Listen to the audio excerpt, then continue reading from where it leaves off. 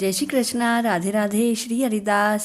वसुदेव सुतम देवम कंस चारूणमर्दनम देवकी परमानंदम कृष्णम वंदे जगत गुरुम।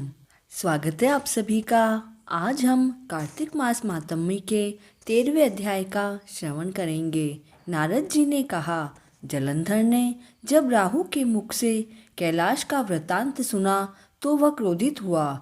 उसने शीघ्र ही अपनी विजयी दानवी सेना को तैयार किया और कैलाश पर्वत पर जाकर उसे घेर लिया। सहस्त्रों पराक्रमी दैत्य जलंधर के साथ चलने को तैयार हुए। रण में जाते समय जलंधर की दृष्टि शुक्र और राहु पर पड़ी। अपशकुन होने आरंभ हो गए। उसका राज्य मुकुट उसके सिर से पृथ्वी पर गिर पड़ा और पैर फिसलने के कारण दैत्यराज स्वयं ही पृथ्वी पर गिर गया। लेकिन इन अपशकुनों पर जलंधर ने ध्यान नहीं दिया और वह सीधा युद्ध क्षेत्र में चला गया।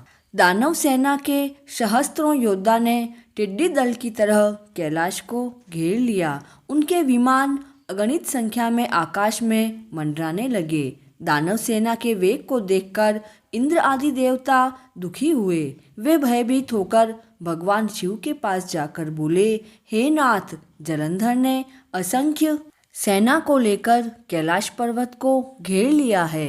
हे प्रभु, इस दुष्ट जलंधर ने हम सब देवताओं को भी श्रीहीन कर दिया है। भगवान विष्णु उसके पराक्रम से प्रभावित होकर अपना प्रिय वैकुंठ लोक छोड़कर उसके घर निवास करने लगे हैं। हे नाथ, अब आप ही उसका वध कर समस्त देवताओं को अभय प्रदान करें। देवताओं के ऐसे वचन सुनकर महादेव ने भगवान विष्णु को अपने पास बुलाकर कहा, हे विष्णु, तुमने देवताओं की रक्षा के लिए इस दुष्ट जलंधर को क्यों नहीं मारा? क्यों तुम उसके घर जाकर बस गए हो? तब भगवान विष्णु बोले, हे शंभो, जलंधर ने आपके अंश से जन्म लिया है और वह सागर पुत्र होने के कारण लक्ष्मी का भाई है। इस कारण मैंने उसका वध नहीं किया है। आप ही उसका वध करें। तब भगवान शिव ने कहा, हे देव, यह दैत्य बड़ा तपस्वी है। इसके तप के द्वारा महान पराक्रम इसने प्राप्त किया है। इस कारण इसे अपने इन शस्त्रों से मारना मेरे लिए कठिन है। आप सभी देवता अपना तेज मुझे दो ताकि मैं उससे अस्त्र बनाकर उसका वध कर सकूं। नारद जी बोले, हे राजन, महादेव जी के इन वचनों को सुनकर सभी देवताओं ने अपने तेज दे दिए। जब वे सब मिलकर एक हो गए तो महादेव जी ने उसमें अपना परम प्रतापी तेज मिलाकर एक महाभयंकर सुदर्शन चक्र बनाया। चक्र बनाने के बाद जो तेज बचा उससे इंद्र ने अपना व्रज बना लिया। उसी बीच जलंधर अपनी सेना को लेकर कैलाश पर चढ़ आया। कैलाश को चारों ओर से दानव सेना घेरती हुई आगे बढ़ने लगी। कैलाश को घिरा देखकर प्रभु शिव ने अपने श्रेष्ठ गण तथा नंदीश्वर, वीरभद्र, गणेश, स्वामी कार्तिकेय आदि को दानवों से युद्ध करने के लिए युद्ध भूमि में भेजा। महादेव जी के गणों और दानवों में भयंकर युद्ध हुआ। दोनों ओर के योद्धा पराक्रम के साथ शत्रु से लड़ रहे थे।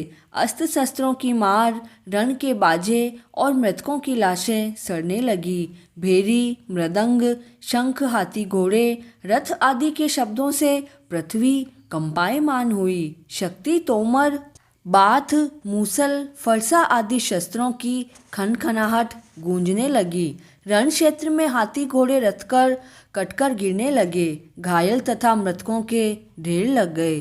चित्कारों से व्योम गूंज उठा। मरे हुए दानवों को शुक्राचार्य अपनी संजीवनी विद्या से पुनः जीवित करने लगे। तब शिवजी के गणों ने जाकर महादेव जी से कहा।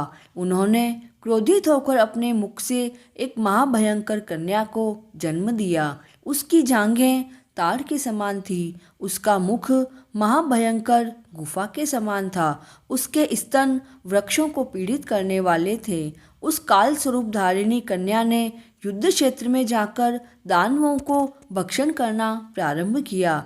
उसने मौका पाते ही शुक्राचार्य को अपनी भग में रख लिया और वह उनको लेकर आकाश में जाकर विलीन हो गई।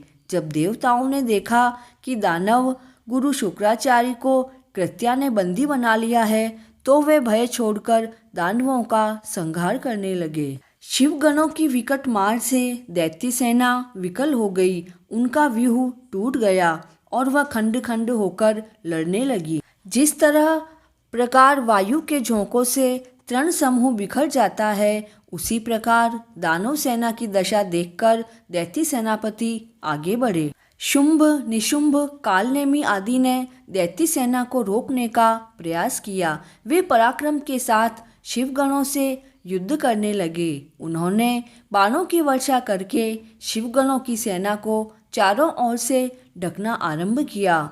उनकी मार से शिवगण घायल हुए। जिस तरह लाल रंग से श्वेत वस्त्र का रंग गहरा लाल हो जाता है, उसी तरह रक्त से पृथ्वी लाल हो गई और घायलों के आर्तनाद से समस्त दिशाएं कांपने लगी। शिवगण जब असुर सेनापतियों की विकट मार से भयभीत होकर इधर उधर भागने लगे, तो महादेव जी के सेनापति आगे बढ़े। उन्होंने शिवगणों को रोक रखा। नंदी, गणेश और स्वामी कार्तिकेय ने आगे बढ़कर महान पराक्रम से युद्ध किया। असुर सेनापति इनका पराक्रम देखकर भयभीत हो गए। असुर सेना का भयानक संहार होने लगा। शत्रु को पराजित देखकर महादेव जी के गण उत्साह में भरकर दुगने जोश के साथ युद्ध करने लगे। कार्तिक मास मातम्य का 13वां अध्याय पूर्ण हुआ। जय श्री कृष्ण।